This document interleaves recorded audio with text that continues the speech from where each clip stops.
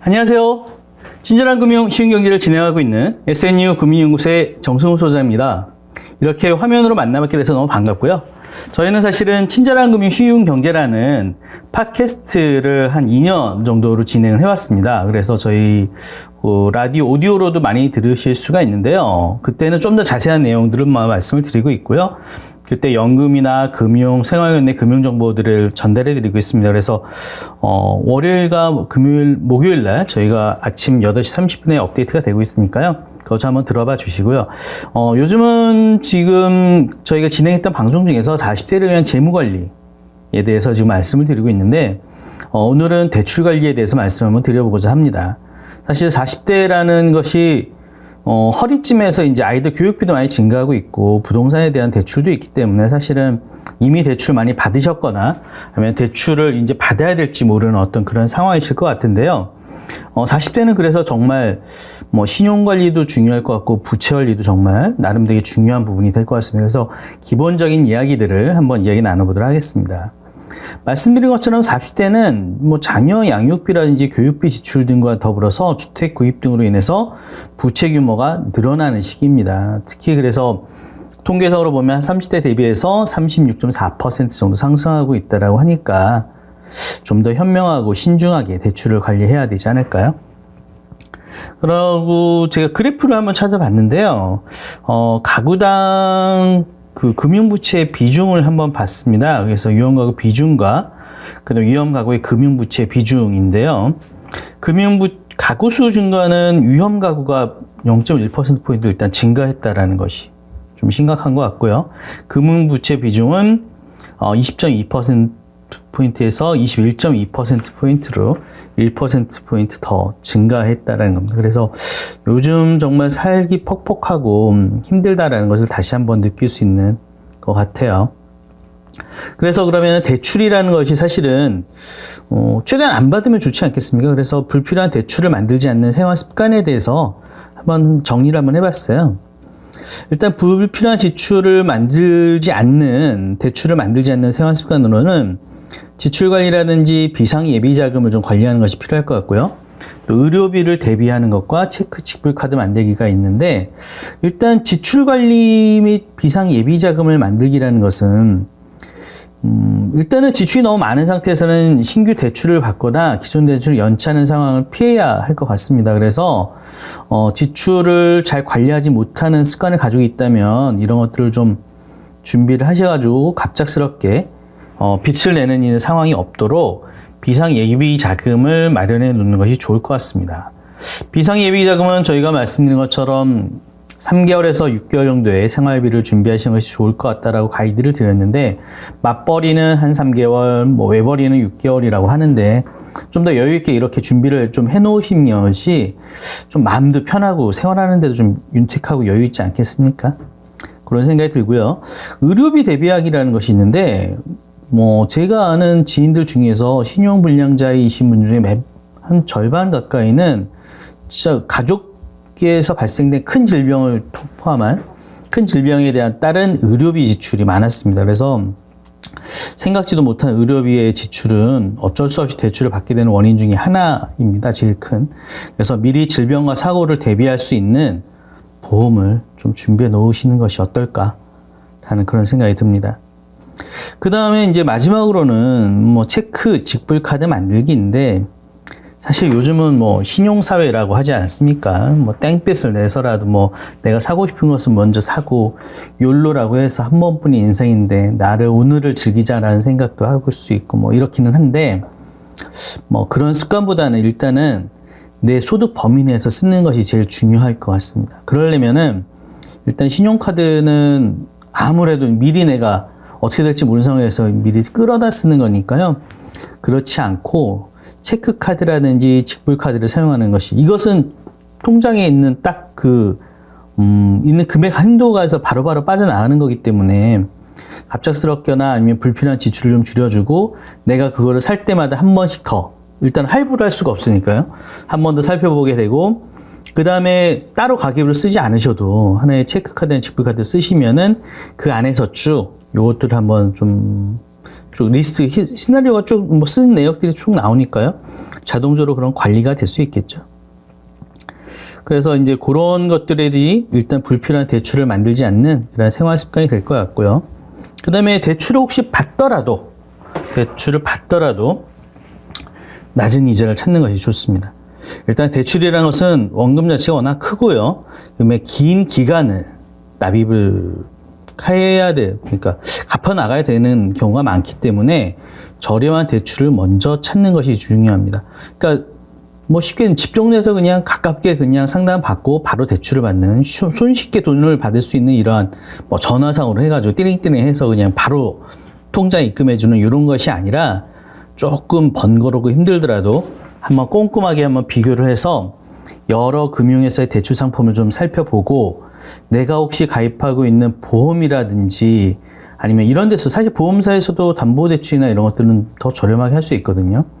그런 것들이라든지 아니면은 정부 지원의 대출을 내가 받을 수 있는 대상이 되지 않는지 이런 것들을 살펴보는 것이 필요할 것 같습니다. 그래서 정부 지원 대출을 제일 먼저 한번 찾아보시고요. 그 다음에 제1금융권, 제2금융권 순으로 신중하게 대출 상품을 골라서 대출 금리도 좀 꼼꼼하게 비교해 보는 것이 좋을 것 같습니다. 그 다음에 때로는 다른 유의 대출 상품과 함께 비교해 대출 이자가 가장 저렴한 것을 고르는 것이 정말 중요할 것 같습니다. 그러면은 정부 지원 대출, 이거는 도대체 어디서 찾을 수 있느냐? 이게 서민금융진흥원에서 맞춤 대출을 하고 있는 요 사이트입니다. koreaeasyloan.com이라는 사이트인데요. 여기에 들어가셔서 42개 금융회사에서 다루고 있는 세이마 홀씨, 햇살론, 사이돌 대출, 중금리 대출 상품 등 서민 대출 상품을 추천받을 수 있습니다. 전문 상담사로부터 신용 부채 관리에 대한 상세한 상담도 받을 수 있으니까요. 국번 없이 1397로 전화하셔서 한번 문의해 보시는 것도 좋지 않을까. 그리고 대출 받을 때 사실 요즘에 DTI, LTV, DSI, DSR 이런 식으로 여러 가지 용어들이 나오는데 물론 많은 분들이 알고 계시겠지만 한번 이렇게 한번 정리를 한번 해봤습니다. 그래서 오늘은 DTI, LTV, DSR 이라는 것에 대해서 한번 알아보려고 하는데요. 이게 담보대출, 주택담보대출을 받을 때 은행에서 받는 사람의 소득이나 재산 등을 고려해서 대출 금액을 제한하는 것을 이야기합니다. 일단 DTI부터 살펴볼게요. 이제 DTI에서 D가 데빗이라고 대출이라고 생각하시면 되고요. 인이 I가 인컴의 약자 수입이라고 생각하시면 될 것 같습니다. 그래서 총 부채 상환 비율이라는 것은 내 주택대출 연간 원리금 상환액, 그러니까 주택대출을 내가 받을 거 아니에요. 거기에 따라서 내가 얼마를 받을 때 거기에 따른 원리금 상환액과 그 다음에 기타 대출의 연간 이자 상환액을 합쳐가지고 이것에 플러스 연간 소득 대비입니다. 그래서 연간 소득 대비 내가 내야 되는 대출 이자, 원금, 원리금과 다른 것에 대한 기타 대출에 대한 이자 상환액이 얼마인지를 보는 것이 총 부채 상환 비율이라고 합니다. 그래서 주택담보대출의 대출 원리금 상환액과 기존 대출의 이자 상환액이 연소득에서 차지하는 비율로 따지는 대출 한도를 DTI, 총 부채 상환 비율이라고 얘기하고 있고요. LTV라는 것은 L이 론이라고 해서 이것도 하나의 담보대출, 대출이라고 생각하시면 될 것 같고요. V가 밸류 레이티오라고 해서 밸류에서 주택의 가치라고 생각하시면 될 것 같습니다. 그래서 론 투 밸류 레이티오라고 해서 가치 대비 대출 금액을 얘기합니다. 그래서 담보물건의 실제 가치, 내가 주택을 담보로 받으면 주택 가격이 한 1억이다. 그러면 1억이 실제 가치가 되는 거고요. 거기에서 은행 대출을 내가 50% 받는다. 그러면 5천만 원을 받으시면은 50%가 되겠죠. 그래서 담보로 사면 주택의 담보 가치 대비 최대 대출 가능 한도인데, 요것이 60%냐, 70%냐, 80%냐, 그렇게 얘기를 하는 겁니다. 서로 사실 연계해가지고 다 복합해서 가져가니까요. 이런 것들도 한번 알아놓으신다면 LTV는 주택담보인정비율이라고 생각하시면 될 것 같고요. DSR은 D가 데비지라고 할까, 뭐 대출이라고 얘기하시면 부채라고 생각하시면 되고요. S가 서비스 레이티오라고 했는데, 뭐 일단은 총 부채 원리금 상환 비율인데 이게 DTI가 아까 소득 대비해 가지고 대출에 대한 어떤 이자라든지 원리금 상환액을 말씀이 드렸는데 이거는 주택 대출에 대한 원리금 상환액과 기타 대출의 이자 상환액이 아닌 원리금 상환액입니다. 그래서 연간 소득 대비 내가 부채가 차지하는 비율이 되겠습니다. 그래서 원리금 강화되었다라는 의미 자체가 예전에는 주택 DTI는 그냥 주택 대출의 연간 원리금 상환액과 기타 대출에서는 이자 상환액만 봤었는데 일단 기타 대출에서도 원리금 상환액을 보겠다라는 것이니까요. 아무래도 좀 총 부채 원리금 상환 비율이 DSR이고 좀 더 강화된 대출 기준이구나라고 생각하시면 될 것 같습니다. 오늘은 친절한 금융에서 저희가 40대를 위한 재무관리, 대출 관리는 신중하게라고 해서 대출 관리에 대한 내용을 말씀을 좀 드렸습니다. 말씀드린 것처럼 40대는 대출이 정말 많아지는 시기이고 그만큼 관리도 중요한 시기인 만큼 대출에 대해서도 받지 않을수록 생활 습관도 조절하시고 대출을 혹시라도 받게 된다면은 낮은 금리의 상품이 없는지 여기저기 한번 금융기관을 문의도 해보시고 아까 말씀드렸던 서민금융진흥원 같은 이러한 사이트도 한번 살펴보시고 은행들에서도 이제 비교해 보시고 주변에 있는 뭐 대출 상담사라든지 뭐 많이 있으니까요. 아마 비교해 보셔서 이런 정보들을 좀 얻으시는 것도 하긴 뭐 대출이 뭐 나온다고 하면 어딘지 뭐 받을 수만 있으면은 어딘지 찾고자 하는 게 사람의 마음이기는 한데 그렇다 하더라도 좀 더 좋은 방향을 좀 낮은 금리를 찾으시는 것이 중요하지 않을까.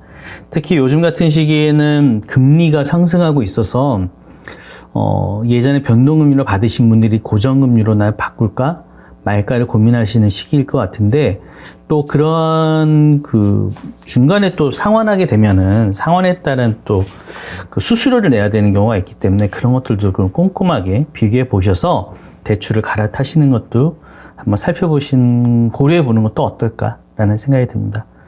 오늘도 함께 해주셔서 감사합니다. 친절한 금융 쉬운 경제는 팟빵과 파티에서 만나실 수 있고 유튜브에서도 계속 제작해서 공유해 드리도록 하겠습니다.